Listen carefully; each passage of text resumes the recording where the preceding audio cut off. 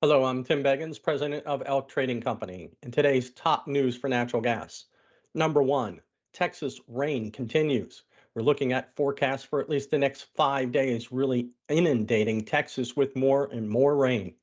Number two, the US and China have begun tariff talks in London. Number three, Asian LNG prices have eased due to lower demand. And number four, the Prince Rupert pipeline, which is feeding gas LNG export terminals in British Columbia, has begun construction. Let's turn to the spot July contract. Currently, prices are down at 358.80, down 19.6 cents or 5.18%. As you can see here, we are currently below the midpoint for the Bollinger Bands, which would be at 369.90.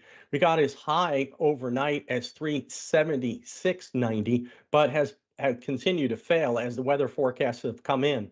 Our support on the Bollingers is well below the market at 342.40.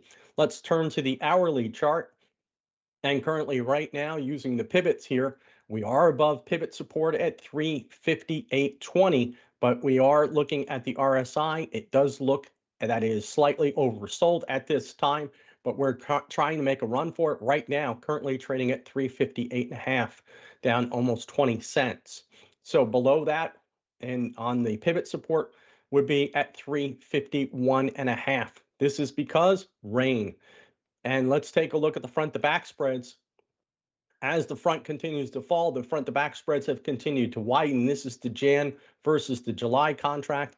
We're currently trading at 135.90, up 4.3 cents or 3.27%. This is in our resistance area between 135 and 140. We'll look to see if this continues to push out. The RSI is saying, hey, we're winding up here for one more good push. This is because of the weather and the storage injections, which will continue to be very strong against the seasonal averages as we continue to get rain in Texas and parts of the Southeast. Let's look at the Jan versus October spread, also pushing out here today. Currently, right now, trading at 119.5, up 2.6 cents or 2.15%. It is right above, or excuse me, right below our first resistance level at the 120 area.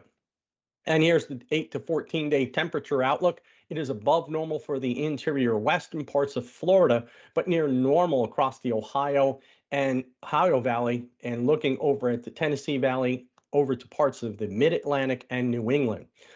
Where's the problem? We've got more rain here in Texas last night, all the way through Dallas, now through Houston area and parts of the Southeast, including Mississippi, Alabama, Georgia, and all the way up north into Kentucky. And this is the 5 day weather forecast for rain. As you can see, a giant blob right across much of Texas, the interior parts of Texas where all the cities are, which includes Dallas, Fort Worth, all the way down to San Antonio, and in parts of Houston. So, and that includes also the Southeast. So once the rain stops, it will be hot and humid, but that will not occur for almost another week. Let's take a glance at the tropics. Right now, no tropical activity is expected over the next 7 days. Again, the area of concerns that we'll be continuing to focus in on are around the Bay of Campeche and parts of Belize. As you can see right now, we've got a small cluster of thunderstorms sitting right off of Panama, Costa Rica, but it is not expected to develop anytime soon. And here's why. We've got another layer of the Saharan air layer or dust that is coming in. We got a nice whack of this last week, and here comes an even bigger push for that Saharan dust, which will inhibit any kind of hurricane activity through the Atlantic basin. But right now, it is still just pushing forward with a lot behind it, and that will keep things quiet in the Atlantic hurricane season. And let's take a quick look at ERCOT. Right now, the demand is expected to be below 75,000 megawatts all the way through for the next 6 days. Wind and solar are doing fairly well. And at this stage, it doesn't look like anything's going to change with this rain. And let's take a look at our stocks. This is the oil and gas E&P sector. This is the market cap between $2 and $10 billion and a short float above 10%. Right now, the stocks that are doing well are oil related. The stocks that are natural gas focused, which are CNX and Comstock, are down on the day.